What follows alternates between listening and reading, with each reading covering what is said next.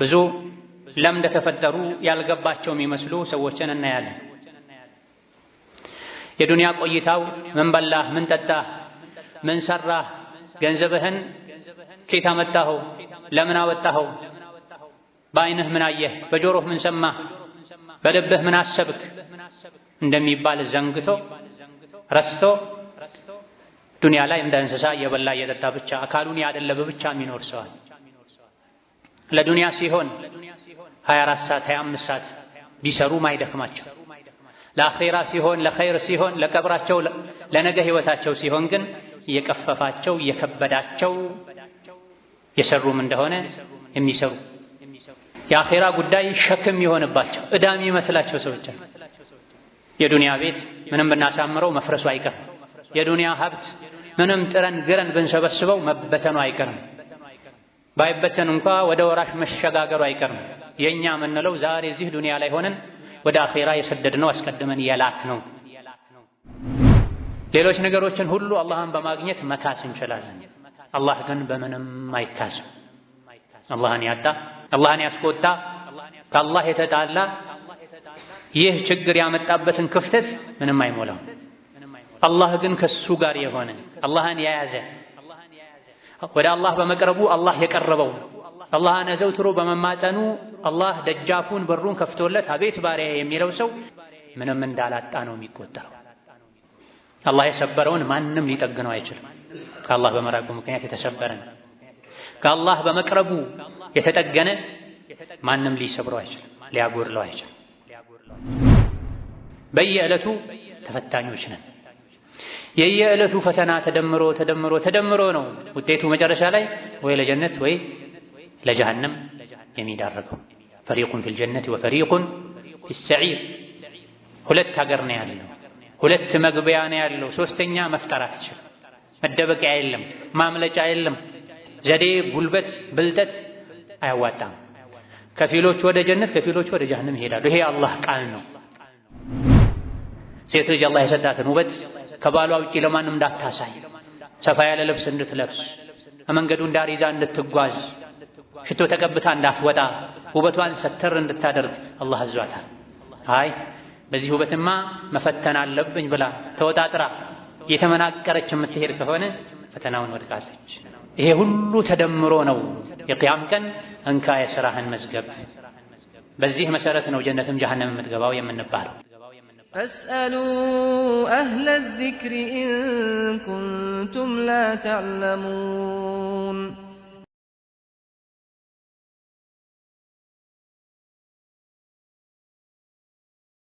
بسم الله الرحمن الرحيم يا الله ባሮች ሆይ አላህ ያዛችሁን በመታዘዝ የከለከላችሁን በመከልከል ሁሌም በሁሉም ጉዳይ ላይ በሁሉም ቦታ ላይ ጌታ አላህን የሚገባውን ፍራቻ ፍሩት። ለአኺራችሁ ስንቅ ያዙ። ከስንቆች ሁሉ በላጭ ስንቅ አላህን መፍራት እንደሆነ እወቁ። የአላህ ባሮች ሆይ እኛ ማለት የሰው ልጆች ማለት የእስትንፋሶች ስብስብ ነን። በተነፈሰን ቁጥር ከዱንያ የወጣን ወደ አኺራ የሄደን ከተሰጠን ዕድሜ የተወሰነውን እያጣን ነው። ከዕለታት አንድ ቀን ላይ የመጨረሻዋን እስትንፋስ ስንተነፍስ ከእሷ ጋር ነፍሳችንን አብረን እንተነፍሳታለን፣ እንተፋታለን፣ ትወጣለች። ከዛ በኋላ የዱንያ ቆይታችን አብቅቶ ወደ አኺራ እንሄዳለን። ሰውነታችንን መቆጣጠር አቅቶን የለበስነውን ልብስ ጀናዛ የሚያጥብ ሰው የሚያወልቅበት ጊዜ ይመጣል። ከዛ በፊት ልብሱን ራሱ ይለብስ ያወልቅ፣ ገላውን ራሱ ይታጠብ የነበረ የሰው ልጅ ጀናዛ ሆኖ ሰዎች ልብሱን ያወልቁለታል፣ ሰዎች ጀናዛውን ያጥቡለታል። ይህ ሁላችንንም ይጠብቀናል። ሁላችንም ተራችንን እንጂ የምንጠብቀው የማይሞት የለም። ከሞት በኋላ ያለው ህይወት ሁሌ ሊያሳስበን ሊያስጨንቀን ይገባል። ከሞት በኋላ ያለውን ህይወት በማስታወስ ለአኺራ መነሳሳት መዘጋጀት ይገባል። የሰው ልጅ ሲወለድ ያለቀሰ ከዙሪያው ያሉ ሰዎች እየሳቁ ይቀበሉታል።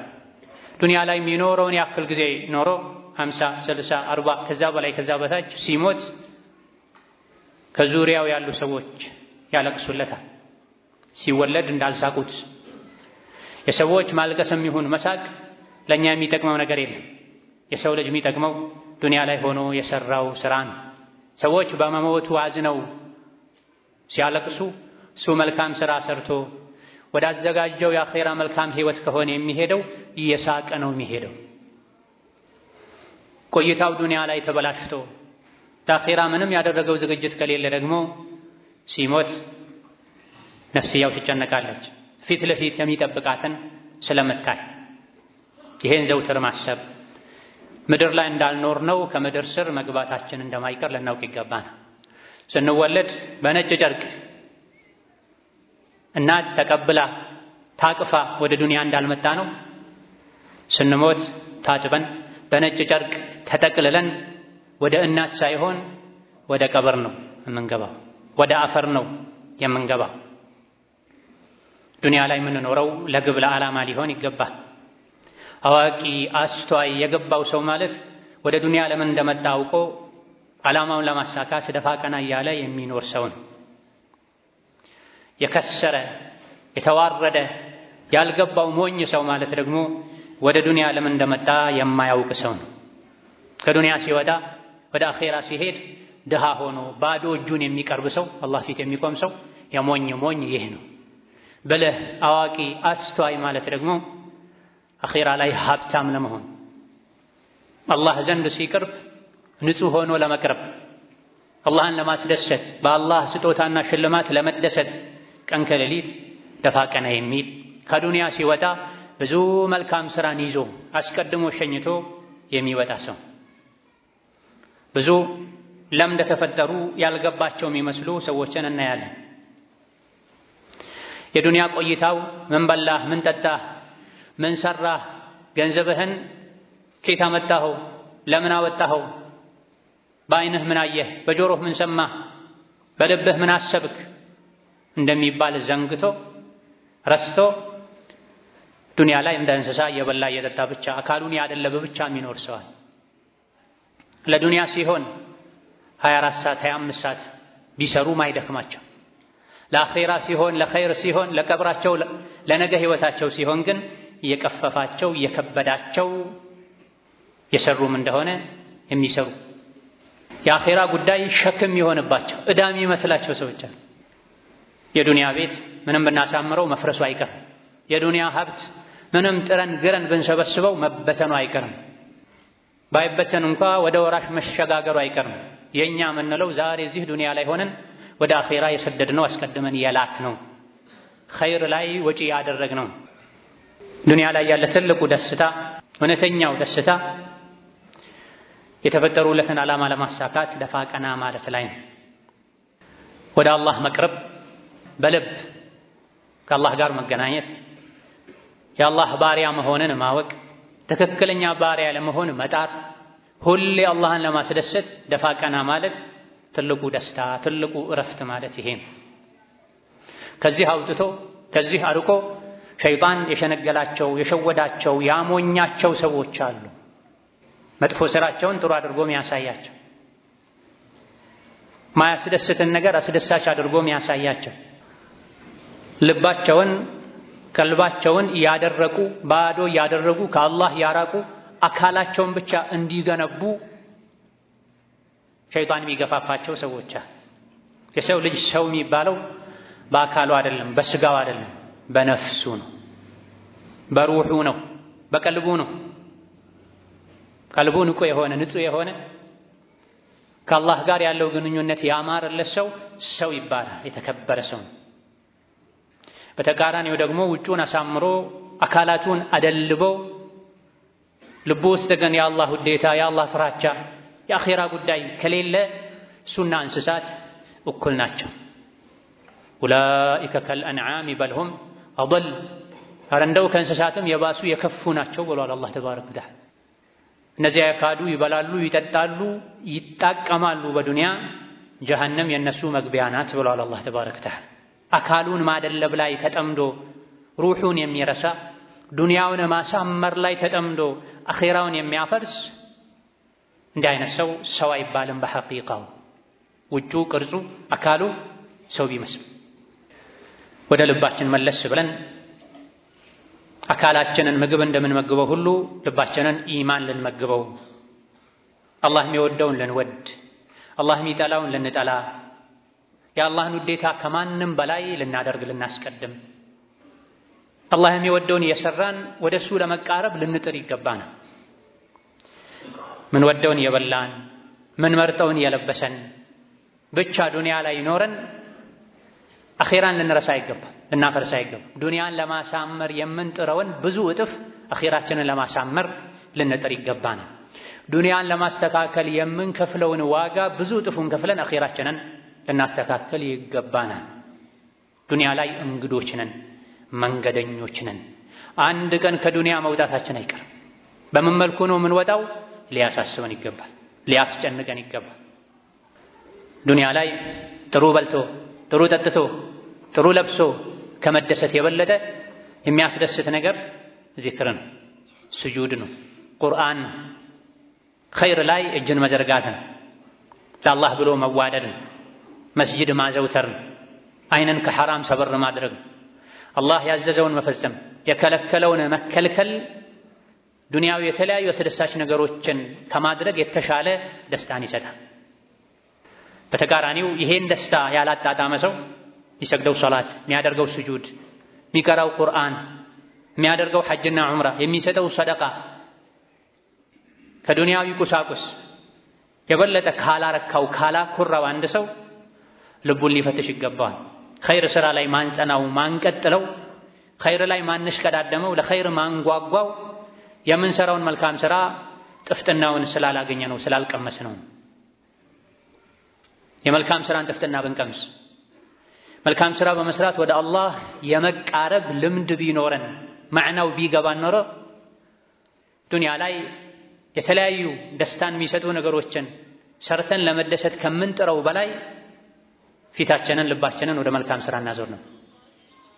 ነቢዩ ዓለይሂ ሰላቱ ወሰላም ወጁዒለት ቁረቱ ዐይኒ ፊሶላህ ብላ ልቤ የሚረጋው መደሰተው በሶላት ነው ብሎ ጭንቅ ሲላቸው ነገሮች ሲደራረቡባቸው ወደ ሶላት ነበር የሚያመሩት። አሪሕና ቢሃ ያ ቢላል ነበር የሚሉት። ይሄን ያልተረዱ ለስለስ ያለ ዘፈን ክፈቱልን፣ መናፈሻ ወዳለበት ውሰዱን፣ ጥሩ ሆቴል ወስዳችሁ ምግብ ጋብዙን እያሉ ደስታን ይፈልጋሉ። እውነተኛው ልባዊ ውስጣዊ ደስታ የሚገኘው አላህን ተባረከ ወተዓላ ለማስደሰት በመጣር ነው። አላህን ለመገናኘት በመጓጓት ነው። አላህን ለማግኘት የሚጓጓው ዱንያ ላይ ቆይታው ከአላህ ጋር ያማረለት ሰው፣ በቆይታው በህይወቱ አላህን ያስቆጣ ሰው አላህን ለመገናኘት አይጓጓም። የሚሰራው መጥፎ ስራ ይሄም ጉጉት እንዳያስበው ያደርገዋል፣ በሩን ይዘጋበታል። ምክንያቱም አላህ ዘንድ ምን እንደሚጠብቀው ያውቃልና በሰራው መጥፎ ስራ ምክንያት አላህን ተባረከ ወተዓላ ያገኘ፣ አላህን ያስደሰተ፣ አላህ ከሱ ቅርብ የሆነ ዱንያ ላይ ምንም የጎደለው ነገር አይኖርም። አኺራ ላይም እንደዚሁ አላህን ያገኘ ሁሉን ነገር እንዳገኘ ይቆጠራልና አላህን ያጣ ደግሞ ሁሉን ነገር እንዳጣ ነው የሚቆጠረው። ምንም ቢያገኝ ከዙሪያው ሰዎች ቢያጅቡት ቢከቡት፣ ዱንያ በመዳፉ ስር ብትሆን፣ የፈለገውን ስልጣን ቢያገኝ፣ ምንም እንኳ ባይጎድለው አላህን ተባረከ ወተዓላ ማጣቱን የሚሸፍንለት ነገር ምንም የለም። መቼ ነው አላህን የምናጣው? ያዘዘን ቦታ ላይ ሲያጣን፣ የከለከለን ቦታ ላይ ሲያገኘን፣ ልባችን ከሱ እሱን ከማውሳት እሱን ከመውደድ ባዶ ሲሆን አላህን ተባረከ ወተዓላ እናጠዋለን። ሌሎች ነገሮችን ሁሉ አላህን በማግኘት መካስ እንችላለን። አላህ ግን በምንም አይካስም። አላህን ያጣ፣ አላህን ያስቆጣ፣ ከአላህ የተጣላ ይህ ችግር ያመጣበትን ክፍተት ምንም አይሞላም። አላህ ግን ከሱ ጋር የሆነ አላህን የያዘ ወደ አላህ በመቅረቡ አላህ የቀረበው አላህን አዘውትሮ በመማጸኑ አላህ ደጃፉን በሩን ከፍቶለት አቤት ባሪያ የሚለው ሰው ምንም እንዳላጣ ነው የሚቆጠረው። አላህ የሰበረውን ማንም ሊጠግነው አይችልም። ከአላህ በመራቁ ምክንያት የተሰበረን ከአላህ በመቅረቡ የተጠገነ ማንም ሊሰብረው አይችልም፣ ሊያጎድለው አይችልም። ቁል ሐስቢየ አላህ عليه يتوكل المتوكلون أليس الله بكاف عبده الله لبارياو بكي عدل اندي الله بكي نو بل تمكيوش بالله يمكو تبلوا لدينم لدنيام قدائي يا الله باروچوي ትናንት ከኛ የነበሩ ነገር ግን ወደ አኺራ የተሻገሩ ብዙ ሰዎች አሉ። ምን ይዘው ሄዱ? ምን ትተው ሄዱ? ከነሱኛ ልንማር ይገባና የሞቱ ሰዎችን ጠጋ ብለን አናግረን መልሳቸውን የመስማት እድል ብናገኝ ኖሮ ምንድነው የሚመኙት? ወደ ዱንያ መጥተው ፎቅ መስራት፣ ቁጥራቸው የበዛ መኪናዎችን ግቢያቸው ላይ ማቆም፣ ስልጣን ዝና ማግኘት ነው የሚመኙት? በፍጹም አይደለም። ወደ ዱንያ ተመልሰው ቢመጡ የሚመኙት ማሳካት የሚፈልጉት ነገር ቢኖር ሶላት መስገድ፣ ረዘም ያለ ስጁድ ማድረግ፣ ለሊት ተነስቶ አላህን መማፀን፣ ለረጅም ጊዜ ተመስጦ ዚክር ማለትን፣ ቁርአን መቅራትን፣ እጃቸው የያዘውን ሰደቃ መስጠትን ነው የሚመኙት። አይደለም አኺራ ከሄዱ በኋላ እዚህ ዱንያ ላይ ራሱ ጣረሞት ላይ ያለ ሰው ረቢ እርጅዑን ለዓሊ አዕመሉ ሷሊሐን ፊማ ተረክት ነው የሚለው። ጌታዬ ሆይ እባክዎትን ይመልሱኝ። አላህን ያውም አንቱ ያለ ባክብሮት ጌታዬ ሆይ እባክዎትን ወደ ዱንያ ይመልሱኝ። ለምን እስከ ዛሬ የተውኩትን መልካም ሥራ እሰራ ዘንድ ይላል። ፈአስሰደቀ ወአኩን ሚነ ሷሊሒን ከመልካም ሥራዎች አንዱ ትልቁ የሆነውን ሰደቃ መስጠትንም ይመኛሉ። ጌታዬ ሆይ መልሰኝ፣ ሰደቃ ሰጥ ዘንድ ይላል። ዛሬ ዱንያ ላይ ወዶ ፈቅዶ አምኖበት ሰደቃ ያልሰጠ ጣረሞት ላይ ሲደርስ መመኘቱ ምንም አይጠቅምም። ዛሬ ወዶ ፈቅዶ ጥቅሙን አውቆ ጊዜ ሰጥቶ ሶላት ያልሰገደ፣ ቁርአን ያልቀራ፣ የወጀበበትን ሐጅ ዑምራ ያላደረገ፣ ያለበትን ዕዳ ያልከፈለ ከሞት በኋላ ይሄን ለማስተካከል ቢመኝ ቢለምን መልስ አያገኝም። ዝም በል ይባላል። ይኽሰኡ ፊሃ ወላ ቱከሊሙ። ይህ ሳይመጣ በፊት እንተውበት። ለአላህ እግራችንን ልንሰጥ ይገባና ስንትና ስንት ጊዜ ለተውበት የሚጋብዙ ምክሮችን ሰምተናል፣ ክስተቶችን አይተናል። ትናንትና ካንተ ጋር ምሳ የበላ ሰው ዛሬ ምሳ ሰዓት ላይ እሱን ለመቅበር ምሳህን ትተህ ትሄዳለህ። ብዙ ጊዜ ይሄን አይተናል። ለሰርግ ቀጠሮ የተያዘለት ሰው ከቀጠሮው በፊት ምናልባትም በቀጠሮው ዕለት የሙሽራ ልብስ ለብሶ ወደ ሰርግ ቤት ሳይሆን ወደ ሙታን መንደር ወደ መቃብር ሄደ ብዙ ሰው አይተናል። ተራራን ሊፈረካክስ የሚችል ድንጋይን ሊሰነጣጥቅ የሚችል ምክር ሰምተን አሁንም ለተውበት ቀጠሮ ይዘናል። በቀጠሮ መሃል መለከል መውት ሊመጣ እንደሚችል ዘንግተን ነፍሳችን በእኛ እጅ ሳይሆን በአላህ እጅ ነው ያለው። ቀጠሮው የእኛ ሳይሆን የአላህ ነው። ኢዛ ጃአ አጀሉሁም ላ የስተአኺሩነ ሰዓተን ወላ የስተቅዲሙን። አጀል ከደረሰ አንዲትን ሰከንድ ከሰከንድም በታች ሰዎች ሊዘገዩ አይችሉም። መኖር ስላስጠላቸው ደግሞ ቀድመው ሊሞቱም አይችሉም። ነገሮች ሁሉ ያሉት በአላህ እጅ ነው። ሁሉ በእጁ ለሆነው ለአላህ ዛሬ በፍላጎታችን እጅ ልንሰጥ ይገባናል። ነገ ተገደን እጅ ከመስጠታችን ተዋርደን ወደሱ ከመሄዳችን በፊት ዛሬ ጌታዬ ሆይ ወድጄ ወደ አንተ መጥቻለሁ፣ እባክህ አስጠጋኝ፣ አግዘኝ፣ አቅርበኝ ወደ አንተ ልንል ይገባል። ከንቱ ምኞት፣ ተስፋ ከተውበት ለአላህ እጅ ከመስጠት ሊያግደን አይገባም፣ ሊያዘናጋን አይገባም። ያጠፋ ፈጥኖ ሊቶበት፣ ያጎደለ ፈጥኖ ሊያስተካክል፣ ኸይር ላይ ያለ ሊበረታ ሊጸና ይገባል። ተውበት እንድናዘገይ አላህን መታዘዙን ትተን ነፍስያችን እንድንታዘዝ ሸይጣን እንድንታዘዝ የሚያደርገን አንደኛው ጠላታችን ሸይጣን። ይሄን ልናውቅ ይገባናል። ቃለ አላሁ ተዓላ ያ አዩሃ ናሱ ኢነ ወዕደላሂ ሐቅ ፈላ ተጉረነኩም አልሐያቱ ዱንያ ወላ የጉረነኩም ቢላሂ አልገሩር ኢነ ሸይጣነ ለኩም ዐዱውን ፈተኺዙሁ ዐዱዋ ኢነማ የድዑ ሒዝበሁ ሊየኩኑ ሚን አስሓቢ ሰዒር አለዚነ ከፈሩ ለሁም ዐዛቡን ሸዲድ ወለዚነ አመኑ ወዐሚሉ ሷሊሓቲ ለሁም መግፊረቱን ወአጅሩን ከቢር። እናንተ ሰው ልጆች ሆይ የአላህ ቃል የአላህ ቀጠሮ እውነት ነው። ዱንያ እንዳሸነግላችሁ፣ ሸይጣን እንዳያታልላችሁ ዛሬ ነገ አትበሉ። ወንጀልን ለመተው ኸይርን ለመስራት ሸይጣን ለእናንተ ግልጽ ጠላት ነው። እናንተም ግልጽ ጠላት አድርጋችሁ ያዙት፣ ተጠንቀቁት። ምክሩን አትስሙ፣ የአላህን ምክር ስሙ። ሸይጣን የእሱን ህዝቦች ብዱኖች የሚጠራው የጀሃነም ማገዶ እንዲሆኑ ነው፣ ጀሃነምን እንዲወርሱ ነው። ወላሁ የድዑ ኢላ ዳሪ ሰላም። አላህ ወደ ሰላሙ ሀገር ወደ ጀነት ነው የሚጠራው። ሸይጣን ደግሞ ወደ ስቃዩ ሀገር ወደ ጀሃነም ነው የሚጠራው። በምን ኸይር እንዳንሰራ በማድረግ ሸር ላይ በማነሳሳት። እነዚያ የካዱ አሳማሚ ብርቱ ቅጣት አለላቸው። እነዚያ ያመኑና መልካም ስራ የሰሩ የአላህ ምህረትና ትልቅ ምንዳ ጀነት አለላቸው ይላል። ጥሪዎች ሁለት ናቸው። ወይም የአላህ ጥሪ ነው ወይም የሸይጣን ጥሪ ነው። መግቢያዎችም ሁለት ናቸው። ወይም ጀነት ወይም ጀሃነም ነው። ለሁለቱም መንገድ አላቸው። አቅል ያለው መንገዱን ዛሬ ሊመርጥ፣ ጀነትን የመረጠ የፈለገ ለጀነት የሚያበቃውን ስራ ሊሰራ፣ ጀሃነምን የፈራ ወደዛ የሚወስድን ስራ ከመስራት ሊርቅ ሊጠነቀቅ ይገባል። بارك الله لي ولكم في القرآن العظيم ونفعني وإياكم بما فيه من الآيات والذكر الحكيم. أقول قولي هذا وأستغفر الله لي ولكم ولسائر المسلمين من كل ذنب وخطيئة فاستغفروه إنه هو الغفور الرحيم والبر الكريم. استغفر الله العظيم. الحمد لله على إحسانه والشكر له على توفيقه وامتنانه وأشهد أن لا إله إلا الله وحده لا شريك له تعظيما لشأنه وأشهد أن محمدًا عبده ورسوله الداعي إلى رضوانه صلى الله عليه وعلى آله وأصحابه وإخوانه وسلم تسليما كثيرا.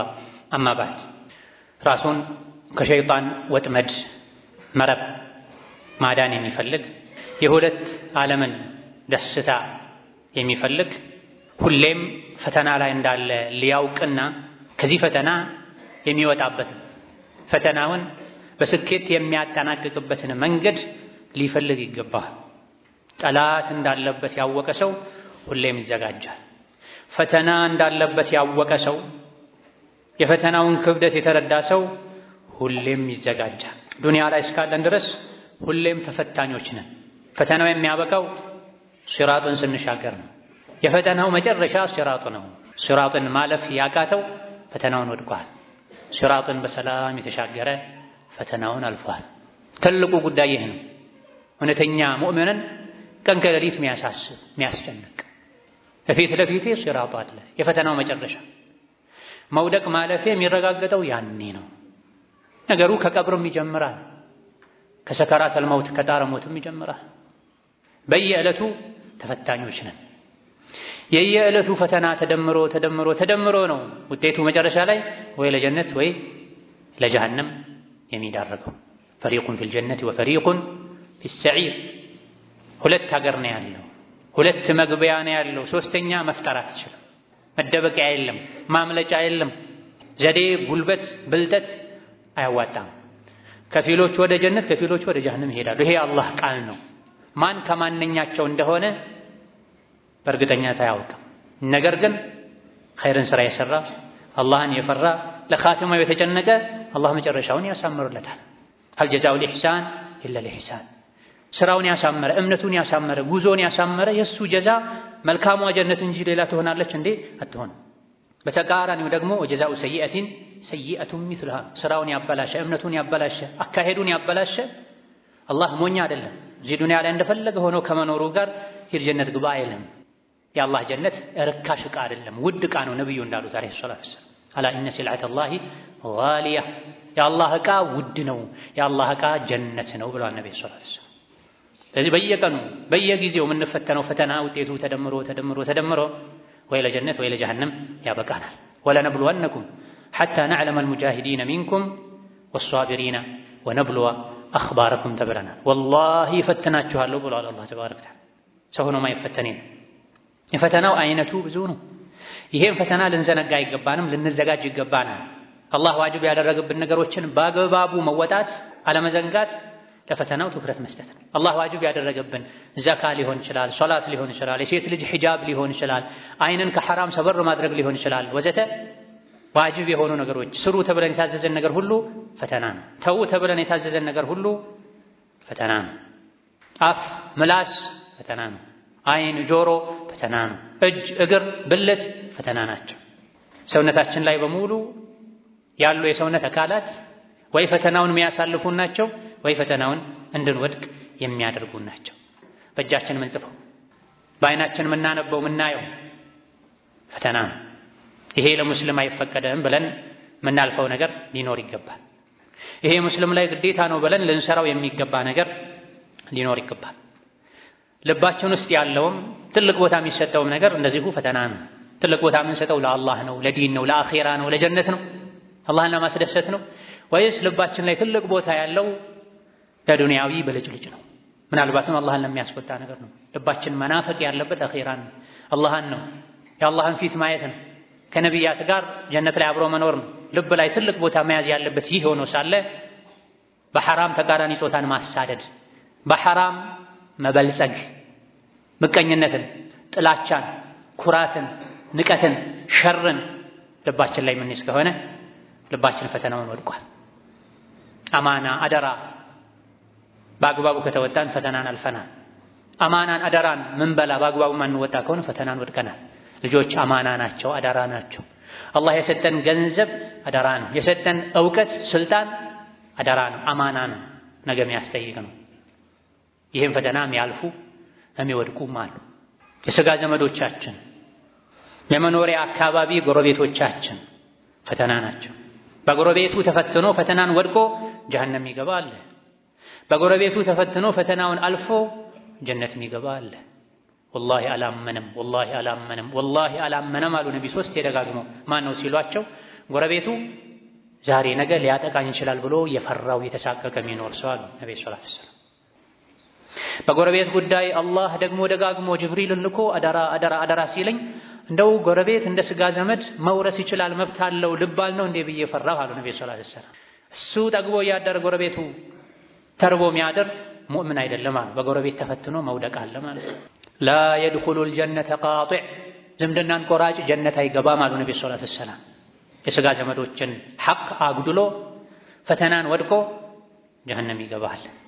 የሥጋ ዘመዶቹን ሐቅ ጠብቆ ዝምድናን በመቀጠሉ የዱንያ ህይወቱ የሚረጋጋለት፣ እድሜው በረካም ይሆንለት፣ ሪዝቁ በረካም ይሆንለት፣ መጨረሻ ላይ ዝምድና መቀጠሉ ድልድይ ሆኖ የጀሀነምን ሲራጥ አሻግሮ ጀነት የሚያስገባው ሰው አለ። በተቃራኒው አላህ ቀጥሉት ያለውን ዝምድና በመቁረጡ ምክንያት ድልድዩ አንሸራቶት ጀሀነም ላይ ይወድቃል። ዝምድና የቂያም ቀን የሲራጥ ጫፍ ላይ ቆማ አላህን ትጠይቃለች። አንቺን የቀጠለ ዱንያ ላይ መንገዱን ልቀጥልለት፣ አንቺን ዱንያ ላይ የቆረጠ መንገዱን ልቆርጥበት ወስኛለሁኝ፣ ይሄ አያስደስትሽም እንዴ ብሎ አላህ ዝምድናን ይጠይቃታል ብለዋል ነብዩ አለይሂ ሰላቱ ወሰላም። ሶብር ማድረግ አቅቷቸው ነፍሳቸውን እያመለኩ በትንሽ በትልቁ እያኮረፉ ዝምድናን የሚቆርጡ ሰዎች አሉ። ለመቁረጥ ሰበብ የሚሆኑ ሰዎች አሉ። በዙሪያችን ያሉ የቲሞች የተቸገሩ ሰዎች ለኛ ፈተና ናቸው። ርቦኛል አብላኝ፣ በርዶኛል አልብሰኝ፣ ተቸግሬያለሁ እርዳኝ እያሉ አንተ ብር ላይ ብር እየደረብክ ለሶስት ለአራት ትውልድ የሚበቃን ሀብት ባንክ ቤት ላይ ደብቀህ አስቀምጠህ ዝም ምትል ከሆነ ተርበው የሞቱ ተቸግረው እየተሰቃዩ ፈተናውን ወድቀሃል። የገንዘብ ፈተና፣ ሴት ልጅ አላህ የሰጣትን ውበት ከባሏ ውጪ ለማንም እንዳታሳይ፣ ሰፋ ያለ ልብስ እንድትለብስ፣ መንገዱን ዳር ይዛ እንድትጓዝ፣ ሽቶ ተቀብታ እንዳትወጣ፣ ውበቷን ሰተር እንድታደርግ አላህ አዟታል። አይ በዚህ ውበትማ መፈተን አለብኝ ብላ ተወጣጥራ የተመናቀረች የምትሄድ ከሆነ ፈተናውን ወድቃለች። ይሄ ሁሉ ተደምሮ ነው የቂያም ቀን እንካ የሥራህን መዝገብ። በዚህ መሰረት ነው ጀነትም ጀሀነም የምትገባው የምንባለው። የውመ የብዐሱሁም አላሁ ጀሚዓ ፈዩነቢኡሁም ቢማ ዐሚሉ አሕሷሁ አላሁ ወነሱህ ወላሁ ዐላ ኩሊ ሸይኢን ሸሂድ ነው። አላህ የሰው ልጆችን በሚቀሰቅስበት ቀን የሰሩትን ሁሉ አንድ በአንድ ይነግራቸዋል። አላህ ሰብስቦታል፣ እነሱ ግን ረስተውታል። አላህ ሁሉን አዋቂ ነው፣ ሁሉ ነገር ላይ ምስክር ነው ተብሏል። ይህ ስላለ ዛሬውኑ ለአላህ እጅግራችንን ልንሰጥ፣ ባሳለፍነው መጥፎ ህይወት ልንጸጸት፣ አላህን ይቅርታ ልንጠይቅ፣ በቀሪ ህይወታችን ለአላህ እጅግራችንን ሰጥተን ጌታዬ ሆይ በትክክል እጅግራቸውን ሰጥተው አንተን ታዘው አንተን አስደስተው አንተን በእነሱ ተደስተህ ከዱንያ ከሚወጡ ነገ በፈለጋችሁት የጀነት በር ግቡ ከሚባሉ ባሮችህ አድርገን ልንል ይገባናል። በምላስ በአፍ ብቻ ሳይሆን በተግባር። ዋናው የተግባር ዱዓ። ዛሬ ሙሉ በሙሉ ለአላህ ተባረከ ወተዓላ እጅግሩን የሰጠ ነገ ሙሉ የአላህን ውዴታ ያገኛል። ዛሬ አላህ ላይ የተኩራራ ለአላህ ሳይሆን ለነፍስያው እጅግሩን የሰጠ ስሜቱን ያመለከ ነገ ከሞተበት ቅጽበት አንስቶ የዋጋውን ያገኛል። ዱንያ ጠፊ ናት፣ ልሸውደን አይገባም። ነፍስያ የመጀመሪያ ጠላታችን ናት። ከእሷ ጋር ጂሃድ ልንገጥም ይገባና ኸይር ላይ ልንሽቀዳደም፣ ከሸር ልንሸሽ ልንርቅ፣ መንገደኞች ተጓዦች እንደሆነን አውቀን ለጉዞ የሚጠቅም መልካም ሥራ ልንሰራ አጅሩን ልንይዝ መዝግበን ልናስቀምጥ የሰራነውን ኸይር ሥራ ከሚያጠፉ ወንጀሎች ከጉራ ከሪያ መሰል ነገሮች ልንጠነቀቅ ይገባናል። አላህ ተባረከ ወተዓላ ዱንያ አኺራቸውን ካሳመረላቸው ባሮቹ ያድርገን። ኸይሩን እሱ ያግራልን፣ ከሸሩ እሱ ይጠብቀን። ربنا آتنا في الدنيا حسنة وفي الآخرة حسنة وقنا عذاب النار. اللهم حبب إلينا الإيمان وزينه في قلوبنا وكره إلينا الكفر والفسوق والعصيان واجعلنا من الراشدين. اللهم اجعلنا هداة مهتدين غير ضالين ولا مضلين. اللهم يسرنا لليسرى وجنبنا العسرى واغفر لنا في الآخرة والأولى. اللهم إنا نسألك الهدى والتقى والعفاف والغنى. اللهم إنا نسألك الهدى والتقى والعفاف والغنى. ربنا اغفر لنا ولوالدينا ولمشايخنا ولجميع المسلمين. اللهم وحد صفوف المسلمين واجمع كلمتهم على الحق يا قوي يا متين. اللهم من أراد بالإسلام والمسلمين شرا فاشغله بنفسه واجعل تدبيره تدميرا عليه يا ذا القوة المتين. اللهم انصر الإسلام والمسلمين في كل مكان. اللهم انصر إخواننا المستضعفين في فلسطين. اللهم انصر إخواننا المستضعفين في فلسطين. اللهم كن لهم ولا تكن عليهم. اللهم كن لهم ولا تكن عليهم. اللهم عليك بأعدائهم. اللهم عليك بأعدائهم. اللهم عليك بأعدائهم. ربنا آتنا في الدنيا حسنة وفي الآخرة حسنة وقنا عذاب النار. آمين والحمد لله رب العالمين وصلى الله وسلم وبارك على نبينا